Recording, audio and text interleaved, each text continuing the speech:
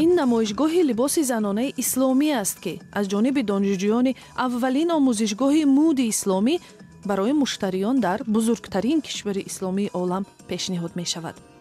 تقاضا به لباسی که هم به طلبات اسلامی و هم به طلبات ملی و زمانوی مطابقت کند رو به افزایش است.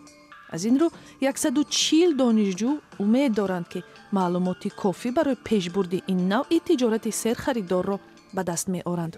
ددن سیسوان تا 3 سال پیش در شهر باندونگ اندونزیا انستیتوت مود اسلامی را تأسیس داد. در دوام 9 ماه تحصیل دانشجویان انستیتوت اساسهای دوزندگی و به اصطلاح دیزاین یعنی طراحی و صاحبکاری را از خود می کنند. ما نه فقط درباره پیشبرد تجارت بلکه همچنان درباره شریعت اسلامی و کمک برای مطابق نمودن لباس به تقاضاهای اسلامی مشورت میدیم. از جمله طرز پوشیدن حجاب که به ویژه برای نورسان یک ساحه رشد مدی اسلامی بوده میتواند.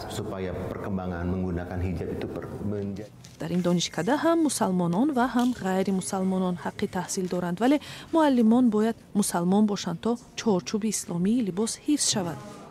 سالهای زیاد در اندونزیا مسلمانان یا به طور عنعنوی اسلامی حجاب به سر داشتند و یا به پوشیدن لباس غربی اولویت میدادند. حالا طبقه میانه حال این کشور سعی دارد لباسی به تن کند که به تقاضای دینی و زمانوی جوابگو باشد.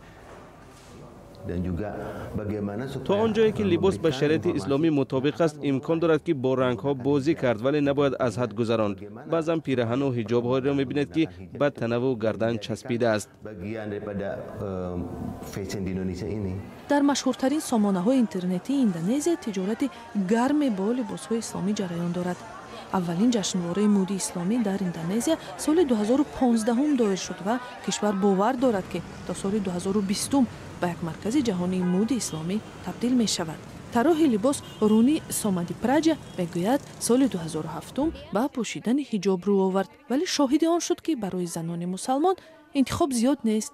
از همان وقت این خانم به طراحی لباس اسلامی توجه کرد و تا کنون 10 کلکسیون لباس زنانه را به بازار برآورد. اندونزیا با 200 میلیون اهالی بزرگترین بازار است. ما باید خیلی تلاش کنیم که قبل از همه این بازار را تامین کنیم.